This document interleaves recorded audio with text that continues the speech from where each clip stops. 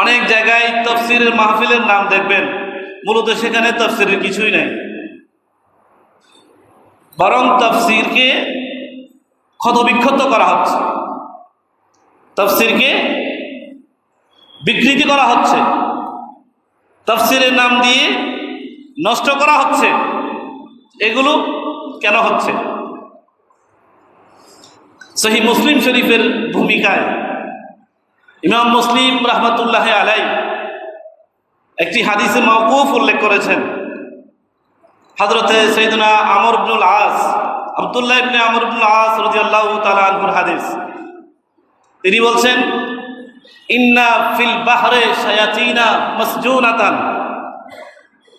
সমুদ্রের উপরে কিছু শয়তান বন্দী আছে সমুদ্রে। ইন্না ফিল বাহরে শায়াতিনা মাসজুনাতান, সমুদ্রের মধ্যে কিছু জিন বন্দী করে রাখা আছে। আওতাকাহা সুলাইমান আলাইহিস সালাম, হযরত সুলাইমান আলাইহিস সালাম এগুলোকে বন্দী করেছেন।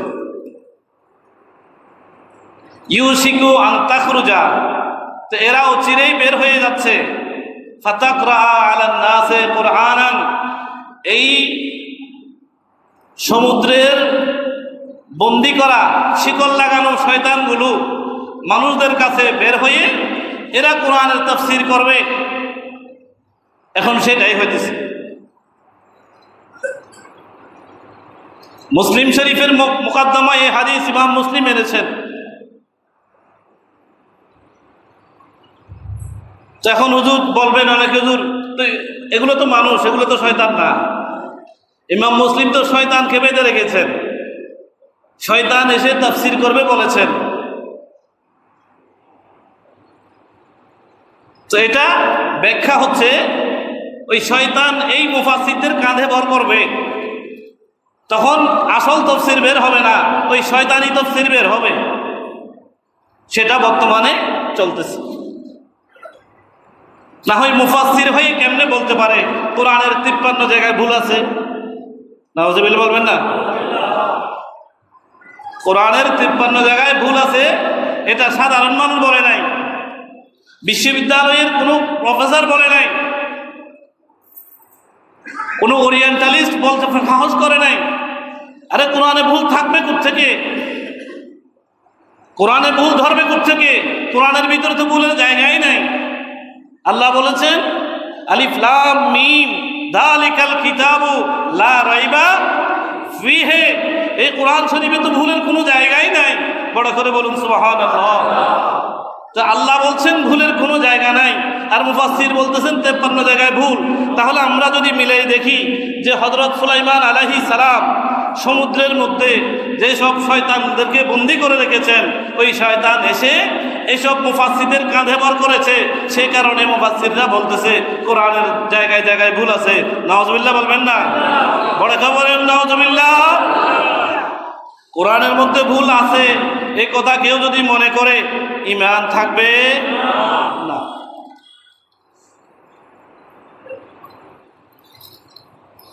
যারা ওরিয়েন্টালিস্ট, প্রাচ্যবিদ, ওরা কোরআন নিয়ে গবেষণা করে, হাদিস নিয়ে গবেষণা করে। একজন আলেমের চেয়ে বহু বেশি লেখাপড়া তারা করছে। তার কারণ তাদের উদ্দেশ্য হচ্ছে কোনো দিক থেকে কোরআনের যদি একটু ভুল বের করা যায়, হাদিসের বেশ কম যদি বের করা যায়, তাহলে মুসলমানদেরকে ঘায়েল করা যাবে। যুদ্ধ করে বোম মারলে জায়গা নষ্ট হয়, ভূখণ্ড বেহাত হয়ে যায়, কিছু মানুষ মরে, ঈমান মরে না। ইহুদি খ্রিস্টানরা যুদ্ধ করে বোম মারতেছে, ক্ষেপণাস্ত্র মারছে, ক্ষেপণাস্ত্র মারছে, হাজার হাজার লাখো লাখো মুসলমান শহীদ হচ্ছে। মৃত্যু তো হবে, যাদের শহীদই মৃত্যু হচ্ছে তারা আমাদের চেয়ে অনেক সৌভাগ্যবান। সুবহানাল্লাহ বলেন। কিন্তু ঈমান নষ্ট হচ্ছে না। ঈমান নষ্ট হওয়ার জন্য তারা ভিতরে ভিতরে, ইহুদিরাও মাদ্রাসা তৈরি করেছে, খ্রিস্টানরা মাদ্রাসা তৈরি করেছে। লেবাসে, দাড়ি জুব্বায়, পাগড়িতে, মেসওয়াকে, আমলে এক একজন মনে হবে বড় বড় বুজুর্গ, আসলে এগুলো প্রত্যেকটা ইহুদিদের দালাল, খ্রিস্টানদের দালাল। ওদের মাদ্রাসায় পড়ে এসে এই ধরনের উদ্ভট উল্টাপাল্টা তফসিরগুলো করতেছে, ইমানদারদের ইমান নষ্ট করতেছে, আমল নষ্ট করতেছে। আল্লাহ পাক রব্বুল আলামিন ইমানদারদের ইমান এবং ইমানদারদের আমল, ইমানদারদের যাবতীয় কর্মকাণ্ড দ্বীন এবং ইসলামের উপরে আল্লাহ পাক রব্বুল আলামিন দায়েম এবং কায়েম রাখুন। বড় করে বলুন আমিন। হযরত আব্দুল্লাহ ইবনে মাসউদ রাদিয়াল্লাহু তাআলা আনহু বলছেন যে আলিফ লাম মিম, এই 3 হরফ যে ব্যক্তি একবার পড়েছে অথবা শুনেছে, সাথে সাথে তার আমল নামায় প্রতিটি হরফের বদলায় 10টি 10টি করে 30টা নেকি তার আমল নামায় আল্লাহ পাক দান করে দিয়েছেন। যিনি পড়েন তার আমল নামাতেও, আর যিনি শুনেন তার আমল নামাতেও। কোরআন মাজিদ এমন একটা কিতাব যেটি পড়লেও সওয়াব, শুনলেও সওয়াব, তর্জমা করলে সওয়াব, তাফসীর করলে সওয়াব, ব্যাখ্যা করলে সওয়াব, এটাকে মহব্বত করে চুমু দিলে সওয়াব, কোরআন মাজিদকে দেখলে সওয়াব। তো যারা পড়তে পারে না তারা যদি মহব্বত করে কোরআন মাজিদকে উল্টিয়ে দেখে, দেখার মধ্যেও সওয়াব।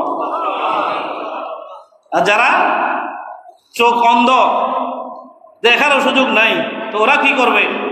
এখন আধুনিক ব্রেইল পেপার বের হয়েছে, অন্ধরাও এখন স্কুলে লেখাপড়া করে, ওদের জন্য আলাদা পেপার আছে। তো ব্রেইল পেপারেও কোরআন মাজিদ আছে। তারা যদি ওই চোখ অন্ধরাও হাত ঘুরায় তাহলে সেখানেও সওয়াব আছে।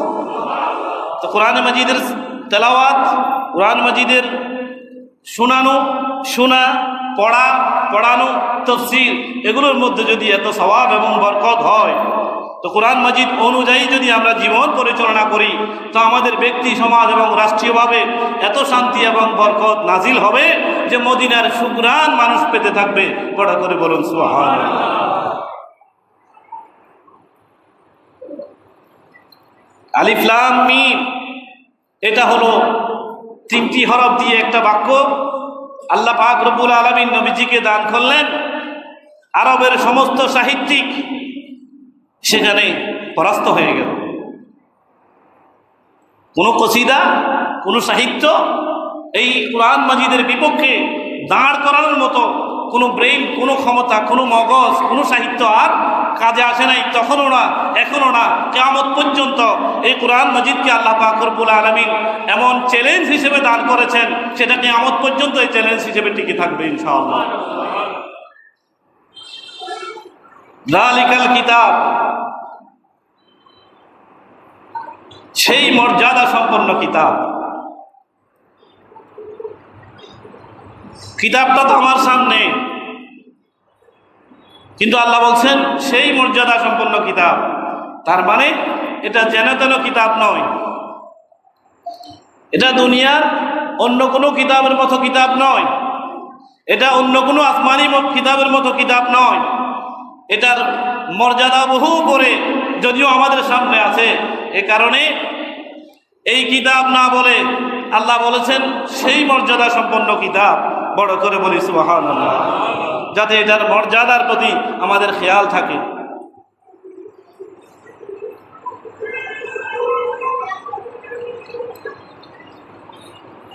আল কিতাব, কিতাব মানে হলো যেখানে কিছু জিনিস লেখা থাকে, কাতাবা ইয়াকতুবু থেকে।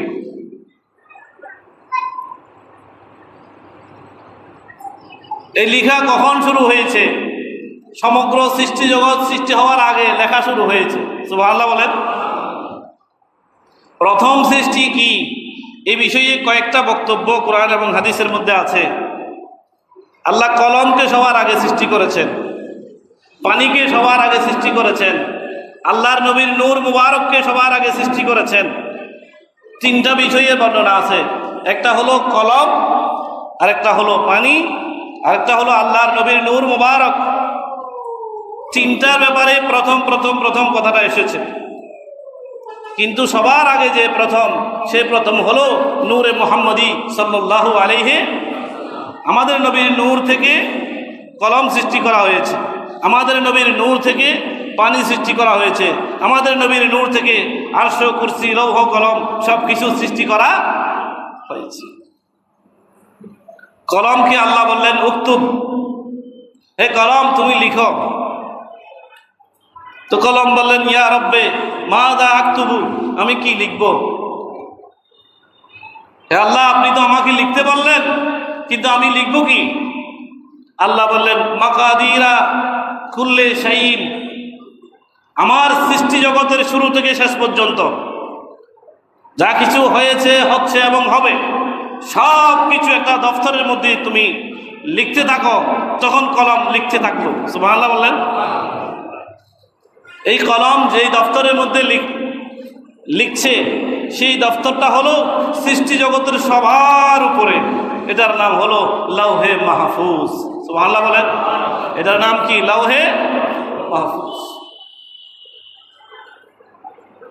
এই লাউহে মাহফুজ যেখানে লিখতেছে, মেরাজ রাতে আল্লাহর নবী ঠিক সেখানে পৌঁছে গেছে।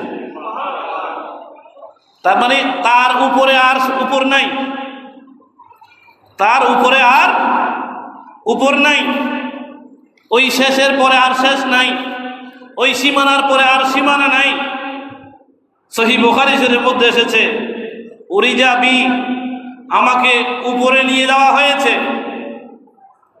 হাত্তা জাহারতু লে মুস্তাওয়ান, আমি একদম উপরে বরাবর একটা জায়গায় গিয়ে পৌঁছে গেছি। সুবহানাল্লাহ বলেন। কোরআন মাজিদের অন্য জায়গায় বলা হয়েছে ওহুয়া বিল উফুকিল আলা, নবী একেবারে সর্বোচ্চ জায়গায় নবী পৌঁছে গেছেন, এর উপরে আর উপর নাই, ওই সীমানার উপরে আর সীমানা নাই, ওই জায়গায় আল্লাহর নবী পৌঁছে গেছেন। সুবহানাল্লাহ বলেন। তো পৌঁছে গিয়ে নবী বলছেন আসমাউ শরীফ আল আকলামে, কলম যে খসখস খসখস খসখস করে লিখতেছে, আমি নবী ওই কলমের আওয়াজ শুনতে পাচ্ছি। ওই জায়গায় নবী পৌঁছে গেছেন। সুবহানাল্লাহ বলেন। এজন্য আল্লামা মুসলিহুদ্দিন সিরাজি শেখ সাদি রহমতুল্লাহ আলাইহি বলেছেন বালাগাল উলা বিকামালিহি কাশাফাত দুজা বিজামালিহি হাসুনাত জামিউ খিসালিহি সাল্লু আলাইহি। সুবহানাল্লাহ বলবেন না? অনেক মুফাসসিরিন ইকরাম বলেছেন যে এখানে ওহুয়া বিল উফুকিল আলা, তিনি সর্বোচ্চ জায়গায় পৌঁছে গেছেন, এই তিনির ব্যাখ্যা করেছেন জিবরিল আমিন। এটাও তাফসীরের মধ্যে আছে।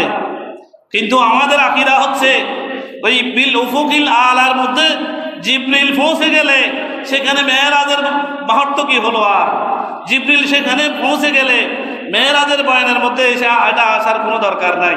বরং আমাদের আকীদা হচ্ছে ওহুয়া বিল উফুকিল আলা মানে হলো সৃষ্টি জগতের সর্বোচ্চ সীমানায় আর কেউ পৌঁছে নাই, আমাদের নবী সেখানে পৌঁছে গেছেন। সুবহানাল্লাহ বলেন। এই জন্য নবী বলেছেন সুম্মা উরিজা বি, আমাকে উরিজা মানে উপরে নিয়ে যাওয়া, তার মানে নবী বলছেন আমি নিজে যাই নাই, আমাকে নিয়ে যাওয়া হয়েছে। তো নবীকে কে নিয়ে গিয়েছেন? আল্লাহ নিয়ে গিয়েছেন। অনেকে সন্দেহ করবে, এই জন্য আল্লাহ বলেছেন সন্দেহ করিও না, সুবহানাল্লাযী আসরা বলো। সুবহানাল্লাহ বলেন। কলম যেখানে লিখে নবী সেখানে পৌঁছে গেছে।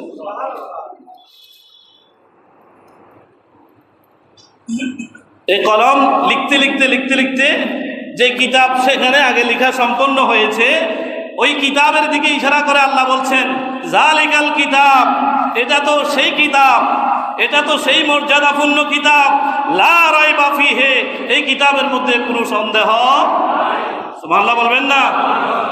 পৃথিবীর যে কোনো লেখক, গবেষক, থিঙ্কার, বুদ্ধিজীবী তাদের চিন্তা চেতনায় কিতাব লেখার পর শুরু দিয়ে ভূমিকা দেবে যে কোনো ভুল ত্রুটি হলে আমাকে একটু ইনফর্ম করবেন, আমি সংশোধন করে দেব।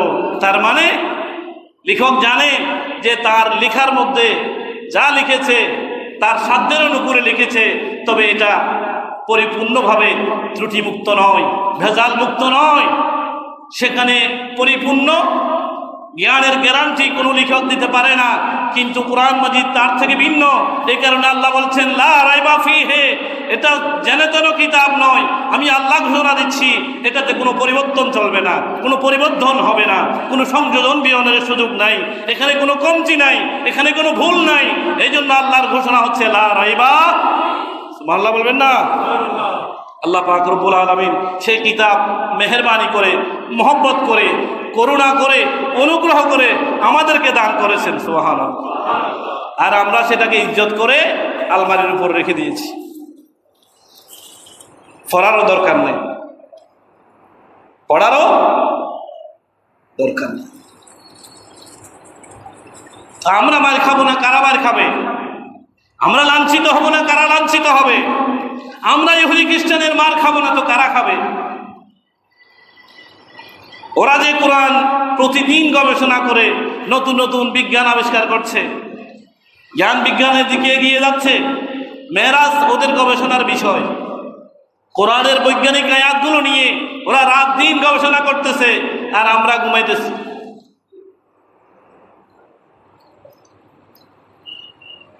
আল্লাহ রব্বে জুল জালাল কি নিয়ামত যে আমাদেরকে দিয়েছেন, আমরা সেটা বুঝতেছি না। আল্লাহ পাক রব্বুল আলামিনের দরবারে ফরিয়াদ থাকবে, আল্লাহ আমাদেরকে কোরআন মাজিদের কাছে আসার তৌফিক দান করুন, কোরআন মাজিদ বুঝার তৌফিক দান করুন।